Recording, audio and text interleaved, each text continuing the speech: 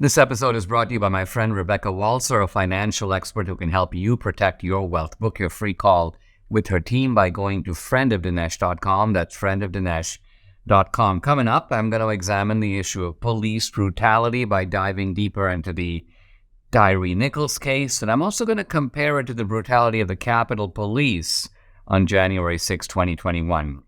Author and veteran Chad Robichaux joins me in studio. We're going to talk about his group's amazing rescue operation in Afghanistan, a story vividly captured in his new book, which is called Saving Aziz. This is the Dinesh D'Souza Show.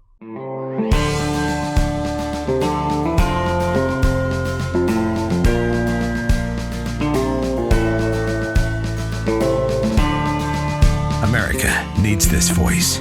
The times are crazy. In a time of confusion, division, and lies, we need a brave voice of reason, understanding, and truth.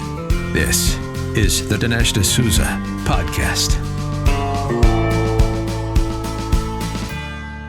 I want to continue my reflections on the Tyre Nichols case and the wider implications of that case, because yesterday on the podcast, I laid out the facts of the case. The police approached this guy. They claim that he's driving erratically. Apparently, one of the policemen said that he swerved in a manner as if to hit the police vehicle. Now, that is uncorroborated in the sense that we don't have any video of that. What we do have is video once the police approached the car, and they yanked this kid out. And they tell him to get on the ground, which he does. And he appears to be cooperating with them. And he's also like, why are you pulling me over? I'm just trying to get home. And then they tase him. And that seems to set off a reaction. He breaks free and tries to run. They chase him down. And then, of course, the horrific beating begins. Again, this poor kid is beaten really to death, while he's crying for calling out to his mom. I mean, the video is really hard to watch because it's so heartbreaking. And I don't think there's anyone, I haven't seen anyone in this wide landscape defend what the police did. It's inexcusable. It's a clear case of police brutality. And police brutality appears to be something that does go on. And I suspect it goes on even more in high crime areas. This may be the roots of the idea that the police are somehow picking on blacks. I think what happens in a city like Memphis is you've got an atmosphere that is almost dangerous in the air. Debbie and I experienced this ourselves. We've been to Memphis more than once, but we went recently. I mean, we found it a little bit dangerous to walk 2 blocks to go to a restaurant, and this was from a nice hotel. But we were like looking left and right, looking over our shoulder. Debbie's like, should we order like room service instead? So just think about it. This is the environment in which the cops operate. Now, the unit that these cops were part of was called a Scorpion unit. They weren't normal cops. This wasn't a case where they're traffic cops and they're just pulling the guy over because he was speeding or something. No. These are cops who are targeting organized crime, drug rings. So they must have suspected that Tyre Nichols' driving was indicative of something more. In any event, we don't have their side of the story. And that's what trials and so on are for, and investigations. But what we do know is that a young man who shouldn't be dead is dead. And normally, I think you would have a rare case where the country could kind of come together and go, this is wrong. And we need to make sure that there is better training for these cops, that you don't have this hair trigger type of response, even in a high crime neighborhood. And then you look for what was wrong here. Were these cops, were they just recently hired? Were they hired in response to the fact that people aren't joining the police? So Memphis was just like, let's just grab some people off the street and put badges on them and give them guns and make them part of the police force? Was this part of Memphis's affirmative action, diversity policy? We need more minority cops. I mean, it would be really ironic if it was diversity and not, as the left would have it, white supremacy that played a bigger role in what happened here in this tragic incident with Tyre Nichols. But The left has always wanted to take these incidents and fit them into a narrative. And their narrative is always the same.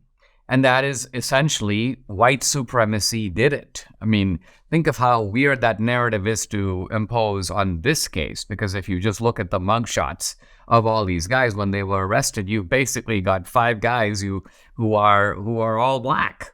I mean, this is a photograph you could have taken like anywhere in the world, but it's 5 black guys. And how you can say white supremacy made them do it? Well, first of all, that's almost like making an excuse. They didn't do it. It was white supremacy operating in the invisible hand. No, it doesn't make any sense. And yet there is an almost irresistible tendency on the part of so many people to racialize this. In fact, here's the mother of Tyre Nichols, an article see from the Gateway Pundit, but it's through a public statement that she makes.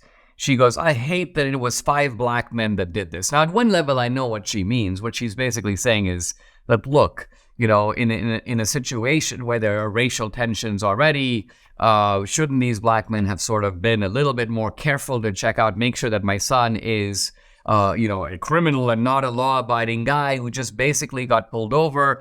So I think she feels almost racially betrayed. I think that's part of what she's getting at. But the other part of it, which I think is more distasteful, and this is not coming out of her mouth, but one of the other guys, one of the other people who made a public comment on this locally, and he said something like, well, there's got to be some white people involved in this somewhere. In other words, what he's trying to say is we need to find a way to fit this right back into the white supremacy narrative. And so that's the left's problem, is that the police brutality narrative is not enough. They need a white supremacy narrative on top of it. And so they are doing, pirouettes and sort of intellectual gymnastics to try to make a case that is about 5 apparently rogue cops and 5 black rogue cops and 1 black victim, in this case Tyre Nichols, and try to make that somehow about racism and white supremacy. Have you ever bought a towel set because it felt soft in the store, but when you go home to use it, it's not very absorbent? Well, it's basically a towel that's leaving you out to dry. That's why MyPillow has developed the MyPillow towels. These are towels that work. I know it's mind-blowing. Towels that actually dry you. The 6-piece towel set includes 2 bath towels, 2 hand towels, 2 washcloths. They come in a variety of colors. And right now you can get a 6-piece set for only $49.99 with promo code Dinesh. To get this amazing offer on the 6-piece set of MyPillow towels, just go to mypillow.com or call 800-876-0227. That number again, 800-876-0227, or go to mypillow.com. Don't forget to use the promo code. It's DINESH, Dinesh. The Tyre Nichols case, dispiriting as it is, focuses our attention on the issue of police brutality. Now, we can't proceed in this without noting that the most shocking example and the most widespread example of police brutality, certainly in recent years, is January 6, 2021. Police brutality was there on video for all to see, many gruesome examples of it. And I think of 2 that need to be highlighted. One is the unnecessary killing of a veteran, Ashley Babbitt, an unarmed person coming through a window, and she shouldn't have been going through that window. She was, in that sense, responsible for let's call it a failure to comply. But she's not the one who broke that window. You can see very clearly other people broke the window. In fact, Ashley Babbitt tries to stop them from doing it. Why she happened to be the first person through the window, I'm not exactly sure. It could even be, and this sometimes happens with crowds, you get pushed through the window. And then even though there are guards on the other side and she poses no evident threat to anyone, she is shot to death by this guy, Lieutenant Colonel, I believe it was, Michael Byrd. And that guy was then hailed as a hero for doing it by the left. So that's case number 1. Case number 2, which actually more closely resembles the Tyre Nichols beating, was the beating of Roseanne Boyland. Now, Roseanne Boyland's death in the tunnel was attributed by the medical examiner, I think in a case of brazen dishonesty, to the fact that it was amphetamines that killed her. And she was at one time a drug addict, but apparently a recovering one. And why should it be that the drug effect happened to her right then and there? She had been, by the way, pepper sprayed. Now, it could be that the pepper spray generated some sort of a reaction, and that was part of the problem. Some people on the left also said that she was pushed around and trampled, but it doesn't look like it was that ended her life. You can actually see on the video that a Capitol Police woman is savagely beating Roseanne Boylan. I posted the video on my Twitter. And it's interesting how people, when you put out a truth that no one can deny, it's right there on the video, just the same, by the way, as the Tyre Nichols video. No one will defend the video. No one will say, yeah, of course they were beating her, and that's a good thing too. She deserved to get that kind of a beating. They pretend like it didn't happen. Oh, Dinesh, haven't you seen the medical report? Her death was attributed to amphetamines. Oh, Dinesh, in reality, she was trampled to death. This was the Trump supporters who did that. It was Trump's fault. Because after all, had he not called for people to come to Washington, D.C., none of this would have happened. So there's a desire to avert your eyes from what you can actually see on the video and shift the blame to some, to fit the narrative again into your own kind of ideological compass. So it has to be, it can't be the cops that were to blame in this case. In fact, this is the one case where the left loves these cops. These cops are suddenly wonderful people. They can't do anything wrong. They were being overwhelmed by the crowd. They were saviors of the country. They were protecting Congress. They did what they have to do. Even though there was a shoddy investigation of this, of Michael Byrd, even though he didn't follow the required steps. If anyone had done what he did under any other circumstances, the guy would be arrested. He would at the very least be facing second-degree murder charges. But no, somehow he's excused. Why? Because it's January 6th. Why? Because the bad guys have got to be MAGA, and the baddest of all the bad guys has got to be Trump. But I think if we're going to face up to the issue of police brutality, we need a little bit of a mutual reckoning. And I say this because there are those of us who have been for a long time and continue to be back the blue. We support the cops. We think that in a society where there is law and order, the cops need to be supported. These are people who, for not a whole lot of pay, by the way, put their lives in danger. Their families live in the constant trepidation. Is my dad going to even come home? So these are people who don't have an easy job. I wouldn't want to be in their place, and probably neither would many of you. So back the blue is the right position, but the back the blue should not be indiscriminate. It's not that the cop is always right. It is that we have to look at the situation. And there are cases, and turns out the cases they occur with, I think, more frequency than we would like.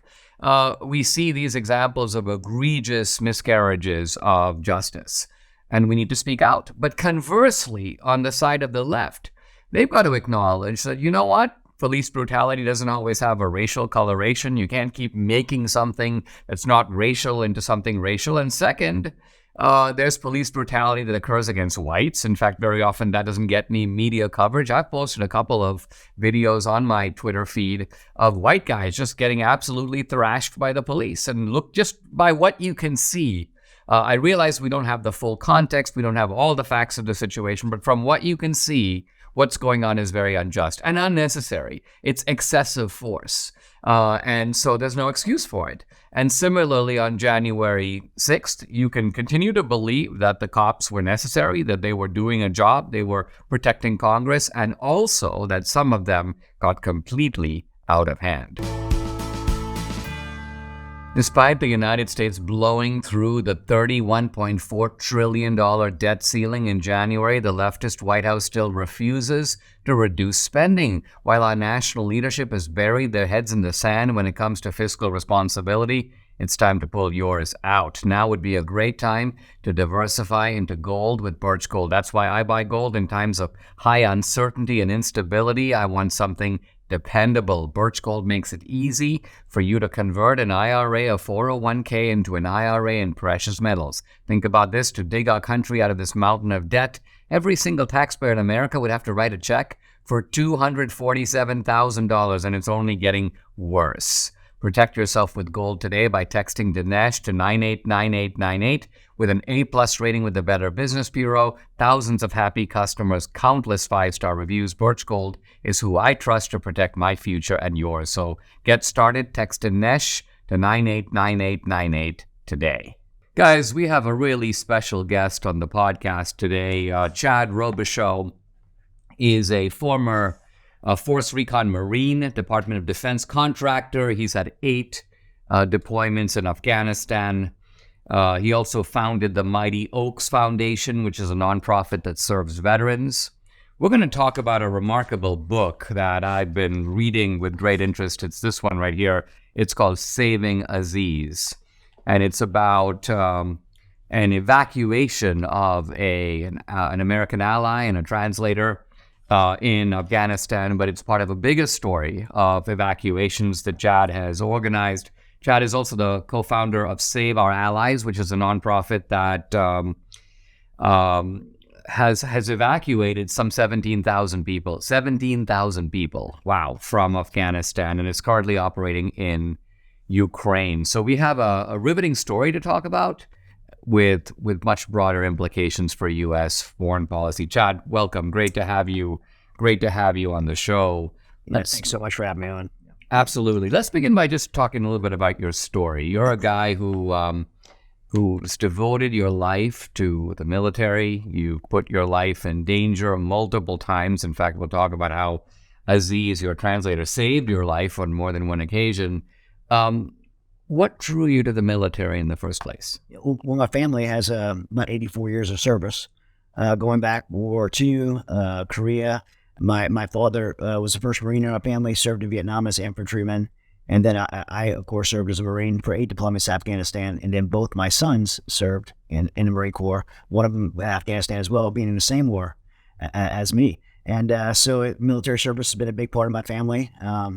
The tragedy part of that is my father came home and really struggled, and that struggle led to a very dysfunctional home for me. And so I remember when I was 13 and 14 years old, my brother and I decided we were going to join the military and go into special operations, particularly the Marine Corps, because even though my father was dysfunctional, one thing that always made him happy was being a United States Marine. But unfortunately, about a year into me and my brother training for that, 14 and 15 years old, he was shot and killed, and so it devastated our family, and that created a lot of really instability in my teenage years. I ended up living on my own, and when I was 17 years old, I met a recruiter named Staff Sergeant Ronald Brown. I still remember his name. It was 30 years ago, and I told him my story, and he helped me get in the Marine Corps in 1993 at 17 years old without even high school diploma, and it really created an opportunity for me to have a second chance at life, a clean slate, a trajectory that I could navigate on my own. And at a young age of 17, I think somehow I recognized that and really embraced it, fulfilled that dream to be a recon Marine, and moved on from there. You say in the book, and I suspect you're typical in this regard, that 9/11 had kind of a transforming effect on you. Yeah. And it helped you to understand that we have a serious threat that we're dealing with, a threat that may start far away but affects American lives right over here. And this began the U.S. project in Afghanistan, a project that went on for a long time, and then, of course, culminated in the disgraceful Biden pullout. But we'll get to that. Let's start with Afghanistan. I mean, tell a little bit about this country, because it's something people don't know about. You've seen it up close over a pretty long period of time. You've got to know Aziz, who's a local, who probably opened your eyes to some of the ways that things function over there. What is it about Afghanistan that makes it different? Well, I think most Americans specifically think Afghanistan is part of the Middle East. It's Asian culture, and it's a very rich culture with incredible people who choose to live simple lives but very family oriented and very just gracious and generous people. The country is also rich in resources that a lot of people don't realize, but it's one of the poorest countries in the world. And militarily, it's been one of the most strategic places on the globe throughout history, and it's why it's called the graveyard of empires, because so many nations have fought for it, and the Afghan people have been able to keep it. all these thousands of years, starting with Alexander the Great through the Russians and to present day. And so it's a place that everybody wants, and the Afghan people, or I think not only most people think they're on the surface.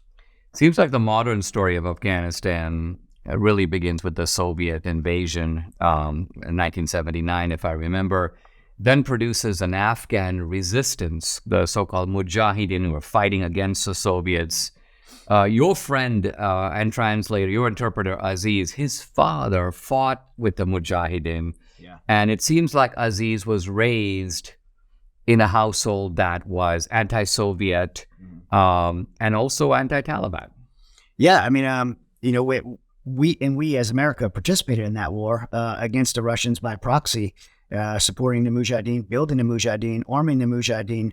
And then when we left that, it created they began a fraction, and that's where the Taliban was born from. And then there was this, Osama bin Laden leading the Taliban, and then you had a guy named Ahmad Massoud, who was leading the Northern Alliance, and was a great freedom fighter and leader. And most Afghans, especially during the initial war, really respected him. Bin Laden brilliantly assassinated him right before 9/11, and to make sure because he knew we would retaliate. And so he went to make sure our ally network was broken up before. And it was a brilliant move strategically on Osama bin Laden's part to take our ally in the beginning. And that fractioning, that killing that leader caused the Mujahideen to break apart. And many people were scared and ended up joining the Taliban. And so it was a race for time. Let's take a pause. When we come back, I want to explore the aftermath of what happened after the Soviets left Afghanistan, which laid the groundwork for 9/11 and the story that we want to tell. We'll be right back. It's time for a fresh start. The phrase literally means an opportunity to begin something again. You know you need a fresh start in your eating habits, right? How many times last year did you say to yourself, I need to start eating better? Well, eating the right amount of fruits and veggies every day is almost impossible. I have a much more convenient way for you to make that fresh start with Balance of Nature. Sourced from 31 whole fruits and vegetables, you'll get maximum nutrition with their star product, fruits and veggies in a capsule. Debbie and I take them every day. You should also. Now, right now, take advantage of Balance of Nature's New Year's offer, which is get $25 off plus free fiber and spice with your first preferred order of fruits and veggies when you use discount code America. The offer can end at any time, so go ahead, don't wait. Call 800-246-8751. That's 800-246-8751, or go to balanceofnature.com. Use discount code America. I'm back with Chad Robichaux in studio. I'm delighted to say, by the way, his website is chadrobichaux.com. That's ChadRobichaux.com. The book we're talking about is called Saving Aziz, just a riveting story. Chad is also the founder of the Mighty Oaks Foundation, which helps veterans in ways we'll talk about, and also Save Our Allies, which has extracted 17,000 people from Afghanistan, including the fellow we'll talk about, Aziz. So Chad, the Soviets leave Afghanistan. There's a kind of internecine struggle. The Taliban emerge as the leader. And the Taliban is operating in the name of Islam, but they don't have the support of the whole country. Right. And it seems clear that there were a lot of Muslims who resisted and even to now are against the Taliban. Talk a little bit about, because some people think, well, Islam's the enemy, the Muslims are all kind of cut from the same cloth. Talk a little bit about what you discovered on the ground about different types of Muslims in Afghanistan. Well, I believe this too, frankly, moving into this. And so I received a really on-the-ground education of it, and is seeing how these people, and Aziz is the best example I know. I remember being in a car with him, and we're driving, and he's a young Muslim guy, and he's talking about a freedom and democracy that he's never even seen before, never witnessed before. But he's talking about willing to die for it and fight for it. So his future daughters would be free, so they wouldn't be subject to this Taliban ideology, and they would be able to have education and not be forced to be married and sexually enslaved. And I remember just being so blown away because I never heard an American speak about freedom and liberty and democracy that way, and I realized how naive we could be here at home. And he was willing to die for it, and that really took me back. And I realized that wasn't just him. There was so many Afghan Muslims for many years that were willing to fight against this radical ideology that the Taliban was to truly oppress people for money, for power, and it really, frankly, when it came down to it, for sexual power over the women of Afghanistan. I mean, one thing I found, you bring Aziz to life really in the book in a powerful way. I thought was interesting is that you say that he was an English teacher, and even that was a subversive act under the Taliban, just teaching English. Because it represented Westernization. It was infidel language. Yeah, and then he changes careers and he becomes an interpreter. But you say there are two kinds of interpreters. There's the kind that sort of just does the job of interpreting, but there's another kind that kind of joins the team and is willing to fight. Yeah. And so talk about how Aziz was willing to do that and what that meant to have Aziz in harm's way. Yeah, I mean, certainly many interpreters, there's a financial opportunity there. Americans are coming in and going to pay. And a lot of U.S. service members paid the price for that because the Taliban's always willing to pay more. But Aziz was not that. Aziz was he was there to fight, not just to support Americans, but he was there to fight for his country and for that freedom and democracy of his country, for his future kids. And he really believed in that. And so he was completely all in. He came back from exile because of teaching that, and he came back to fight for his country. And so I got to witness him do that. He put his life on the line every day to save my life, to save service members' lives. We had a unique opportunity to serve together on 8 deployments for the continuity. And really, because of my job, I worked by myself with him. I worked in what would be more undercover capacity to go build our infrastructure for our unit. And so he was with me for months and weeks and weeks and months in those mountains of Afghanistan and Pakistan. And, again, he saved my life multiple times. And when we came back home from those operations, I didn't go back to base and he went home. I went to his home in Hatra. His wife cooked my first warm meal. I was there to hold his kids, his oldest son, Mashuda, his daughter, when they were born. And so they're family to me. They became family for 8 deployments. I mean, it seems like not only does he actively save your life, but he also keeps you out of danger. And he shows you the ropes. Because you said, for example, in the United States, by and large, you have a driver's license, you can go anywhere. Yeah. But in Afghanistan, there's like a driver's license for each region. Yeah. Right? So you need to know where you need permits, checkpoints. So someone needs to navigate. Yeah. And he also helps you, I thought very interestingly, in things not to do. Like at one point, you see a couple of Taliban guys, you want to take their photo. He's like, do not do that. So he warns you, like, this is not, don't bring trouble where there doesn't have to be, right? Yeah. So you got to know this guy. You got to know him well. And describe one of the incidents where he really saved your life. How did that happen? Yeah, well, there was one time we were going on a gun buy, and we were going to buy these guns and from probably the Taliban to stockpile safe houses. And I was going by myself and myself and him, and he just knew, like, hey, this isn't right. These guys are gonna try to roll you up for the money and probably kill you. We take a team and we need to have a plan in advance. And his street smarts and just wit and care about me ultimately prevented these guys from probably capturing me or killing me. I mean, while we were buying these guns, a car full of like 4 other guys with AK-47s. I would have identified them as Taliban. Tried to come in and intervene and catch us, but Aziz was able to spot them.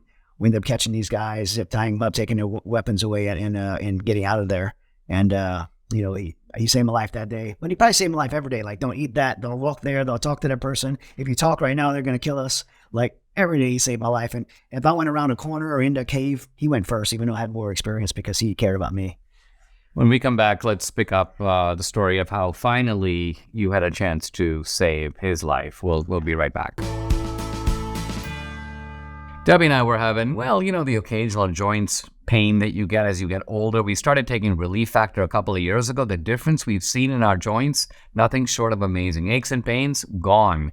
Thanks to this 100% drug-free solution called Relief Factor. Now, Relief Factor supports your body's fight against inflammation. That's the source of aches and pains. The vast majority of people who try Relief Factor love it. They order more because it works for them. Debbie's been able to do the exercises that for a long time she wasn't able to do. So it's been a real game changer for her, her aunt, other members of our family, and for many other people. You too can benefit. Try it for yourself. Order the 3-week quick start for the discounted price of only $19.95. Go to relieffactor.com or call 833-690-7246 to find out more about this offer. That number again, 833-690-7246, or go to relieffactor.com. Feel the difference. I'm back with Chad Robichaux, and we're talking about Afghanistan. We're also talking about his great book, Saving Aziz, which is not only a fascinating book from a sort of foreign policy and a policy point of view, but it's a riveting story. So please check it out. Chad, I'm listening to you and describing this harrowing life on the ground on the streets of Afghanistan. There might be some people listening to this podcast or watching, and they're going to go, well, this is very brave of Chad, but why is America even doing this? Why are we sending our young people like Chad out there, put them in this situation? When you were in Afghanistan, you felt, and I think you still feel, you were doing something important and noble and good for America. What made you come to that view? Well, initially it was a sense of patriotism and retaliation for 9/11, but then I get there and I had the opportunity to be embedded with Aziz and his family and in the Afghan culture, and I realized it's much bigger than that. I realized what America's strength in the world, how it impacts other peoples around the world and helps cultures around the world like Afghanistan, but ultimately comes back to our national security here at home and our global security. Going to the killing pool, which I write about in the book, was a chance to see the true oppression that the Afghan people were under in the Taliban. I mean, where mass executions. Let's pause here. You mentioned the phrase, a killing pool.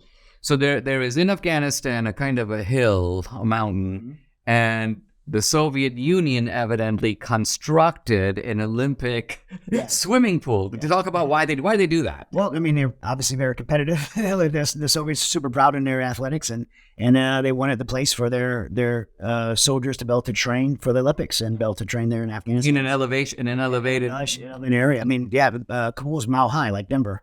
So we have our Olympic Training Center in Denver, or Colorado Springs, and they built an Olympic Training Center essentially there. And this pool, it's on an Olympic-sized pool, is on top of this hill in the center of Kabul. And then the Soviets leave, and the Taliban kind of inherit this pool. And I'm assuming the Taliban wasn't into the Olympics. So what do they do with the pool? They had the Olympic sport of killing those who didn't agree with them.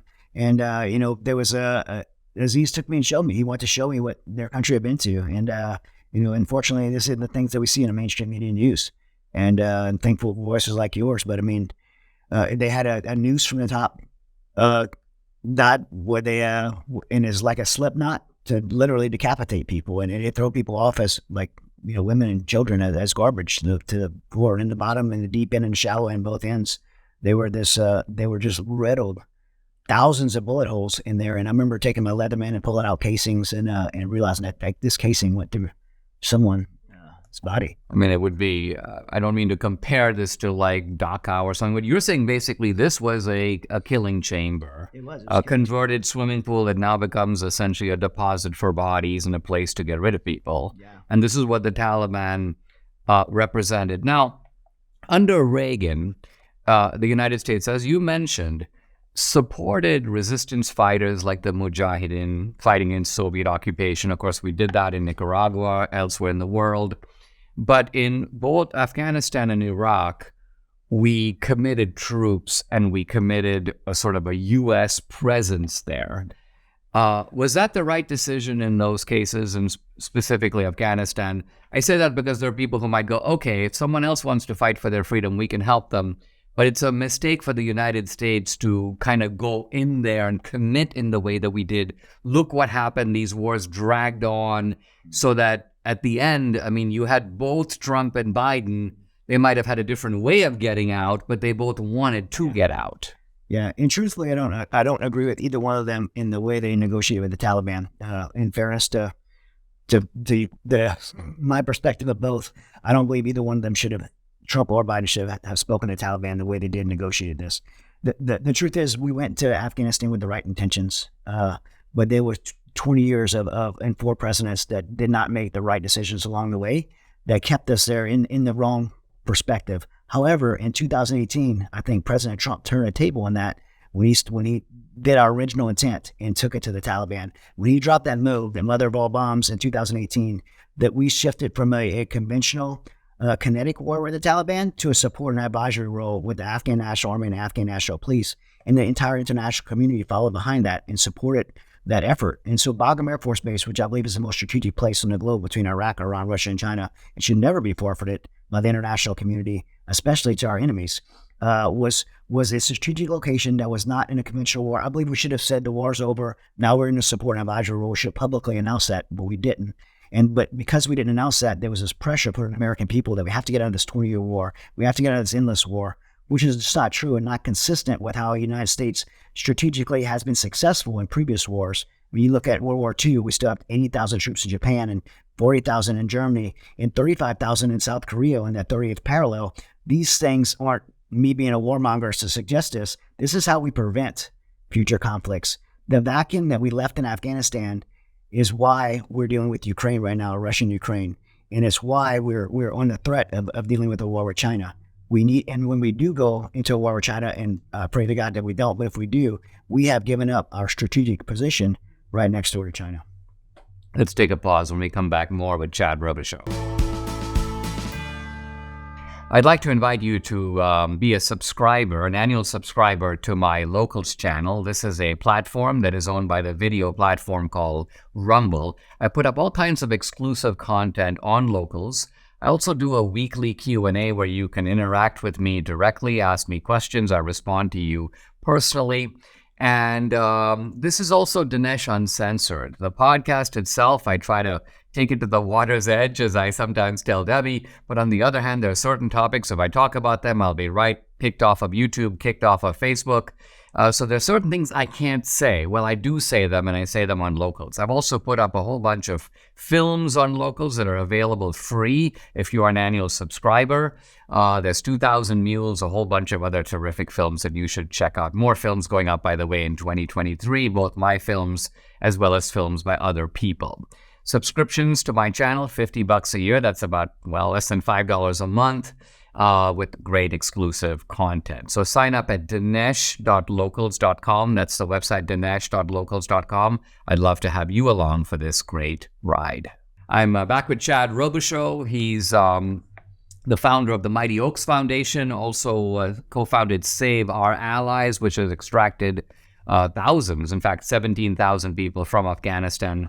And Chad, you were making the point, which I think is very important, that there was an opportunity for the United States and Afghanistan to make a transition from an initial direct involvement to essentially a modified Reagan doctrine, where the Afghans take the lead and the international community supports them. But that was mismanaged. And as a result, you got the war weariness in which people were choosing between two extreme options. Either we're fully in there or we're fully out of there. And then we got this disastrous Biden evacuation. Now, would you agree that if it had been Trump in charge, he would have evacuated, but not in the inept way that Biden did? Yeah, we had 4,000 troops in Afghanistan during the evacuation. At President Trump's tenure, he had 2,500 troops. I would really go into the ROEs in here and show how ROEs really change our trajectory of U.S. deaths and injuries and really change the scope of the battlefield. But I believe President Trump would have, he was dead set on withdrawing. I don't agree with them. Him or Biden negotiated with the Taliban, but I do believe he would have not given that Bagram Air Force Base over to the Taliban. I believe he would have handed it over to the international community. And I think we would have still participated in a support and advisory role there. And I mean, to say we have 2,500 troops in Afghanistan, we have that in Djibouti. We have that all over the world right now. And so it was really just it was inappropriately presented to the American people. We had that level of contingency all over the world. And not to mention the fact of leaving all those ammunitions behind, right? $85 billion is what they were said to have left in technology and the difference that I think really took place was President Biden gave a date and said we will be out of by this date. President Trump gave terms. And that's a big difference in that kind of strategy, because terms would have been, again, I don't agree with the withdrawal, but if you're going to withdraw, we will leave when we get Americans out. We will leave when we get our allies out. We will leave when we get our $85 billion in equipment out. And we're not going to leave until then. President Biden gave a date, and when he realized he didn't have enough time, he asked for extension from the Taliban. And they said no, because negotiated with the enemy. We didn't negotiate with our international partners. We didn't negotiate with the Afghan government that we spent 20 years putting in place. The White House negotiated with the enemy of 20 years, the Taliban, and that was a mistake. And in that chaos, people are filling up these planes, and they're apparently half of them are not vetted. They don't know if they are friends or they're our enemies. Yeah. So let's talk about Aziz. Here's Aziz. He actually had applied for a visa earlier to get out, but now he's in a desperate situation. How do you get him out? Well, yeah, see, it spent 6 years in that process, so I knew I had to get him out. I put together a team of former special operations veterans that had the experience to do this. And as we put together his team, we had 12 special operations veterans, highly trained. And we were saying, hey, this is bigger than Aziz. There's Americans, interpreters, families, women, children. Let's help as many people as we can. And we all felt really God had burdened our hearts to do that. And we were obedient to that, to say yes and lean forward. And honestly, beyond that, we witnessed a miracle. God orchestrated a complete miracle to allow us not only save Aziz and his family, but ultimately 17,000 people. I mean, and this is something that the U.S. government seems like it was not really doing. And I say that because I read an article, I even talked about it in the podcast, where in the intervening months since the evacuation, the State Department has been getting all these emails from Americans or American allies still in Afghanistan. They don't even open the emails. No, they did. I mean, unbelievable. And the White House is saying, it's one of the things the White House is saying, if the Americans want to leave, then they just have to go to the airport and leave, which is, I don't think it was naive of them, because I think they knew exactly what was happening. The White House took the NEO operation, the non-combatant evacuation operation, away from the Department of Defense, where it belongs, and gave it to the State Department, who's never done that before. They don't know how to do it. And they made the embassy, the airport like an embassy, and the military was able to secure that, but not go outside and do evacuations. And so the outer perimeter of that airport became controlled by the Taliban by way of our State Department, and they checked who was allowed to come in and out. And so if you're some young 20-year-old girl that's there on a medical aid mission or a missionary trip, you're not going to go show your blue passport to the Taliban. They're literally shooting people in the streets, cutting body parts off in the streets of people. And I couldn't imagine America doing that. For the White House to say that was just, either naive or just complicit. I mean, and even Aziz, who knows the territory, I mean, he couldn't get through the gate. He was outside another gate, and you had to go get him and bring him through to get him out. Talk about a little bit about his life now, because you just said something right before we started filming that I found quite remarkable, which is a change of life for Aziz. Yeah, well, I mean, he's come to America. It's after 9 months in the humanitarian center, he's come to America. He's here in Texas with us. He comes to church with us here locally at our church here in the Woodlands. Now, does that mean is he a convert or what? Yeah, he's given his life to Christ and got baptized, and that didn't happen because of coming here. It happened because while he was there, he has an amazing story of just of hitting his knees one night, and he was praying and praying and praying, and nothing was happening. And so he remembered my faith and his American friend's faith, and he got on his knees and he prayed to Jesus, and he fell asleep. Had this incredible dream where I believe Jesus came to him in this dream, and when he woke up, we called him and said, "Hey, we're coming to get you." And I remember telling him, like, "Hey, God loves you. We're coming to get you." And that just really solidified it for him, that when he turned to Jesus, that the door was open for him to actually escape, and we got him out. Amazing. We'll be right back with Chad Robichaux. I'm back with Chad Robichaux, the founder of Mighty Oaks Foundation, also co-founder of Save Our Allies, author of this book, Saving Aziz, that we're talking about. His website, by the way, Chad Robichaux, ROBICHAUX.com. Chad, you're telling us this remarkable story about Aziz and the fact that he had dreams, or a dream in which Jesus came to him. I'm actually talking in the podcast about Muslims who see Jesus in dreams. Talk a little bit about Aziz's dream. Yeah, I've heard this too. I heard that so many Muslims experience Jesus in a dream, and Afghan. That's a big movement of Christianity in Afghanistan. People don't know Iran, Afghanistan, and so Aziz gets on his knees. He prays to Jesus. You got to realize how desperate he was at this time. Everyone left him, all his family, everyone, because of the association with us. And so he's putting guns in corners of his house, hand grenades, ammunition, stockpiling ammunition. As the final, he's watching the 35 provinces collapse in Kabul's next, and we have a mutual enemy that's coming to get him. And so he's telling his wife, if they come from this way, you shoot. If his oldest son, if they come from this way, you shoot. His 6-year-old, you're gonna have to fight. So that's the position he's in. He's watching the airport. He's been there 7 times and being shot at to make it there. Women are throwing babies over the fence and to their death and landing in concertina wire. The level of desperation. So he gets on his knees. He prays to Jesus. He falls asleep, has this incredible dream where Jesus appears to him in his dream, and he's drowning. Kabul's flooding. His family's he says by the size of the table. His family's on there crying for him, and he sees his hand come over him, and he says the hands of Jesus, and he's like telling Jesus, if you touch me with this hand, I'm gonna die, and he gets scared.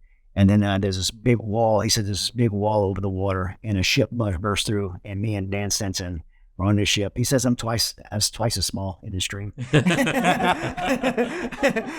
Wow. But he says, we said, we're coming to get you, brother. And we pull him out of the water, and he wakes up. And when he wakes up, he's scared because he realized it was just a dream. But that's when I call him and say, hey, we got the plan figured out. We're coming to get you. And I remember telling him, God loves you. I mean, what a remarkable story. I mean, Chad, this has not been an easy road for you. You have, you came back from Afghanistan. You said you felt like you were, even though you were coming home, you felt like you were in an unfamiliar world. Nobody understood you.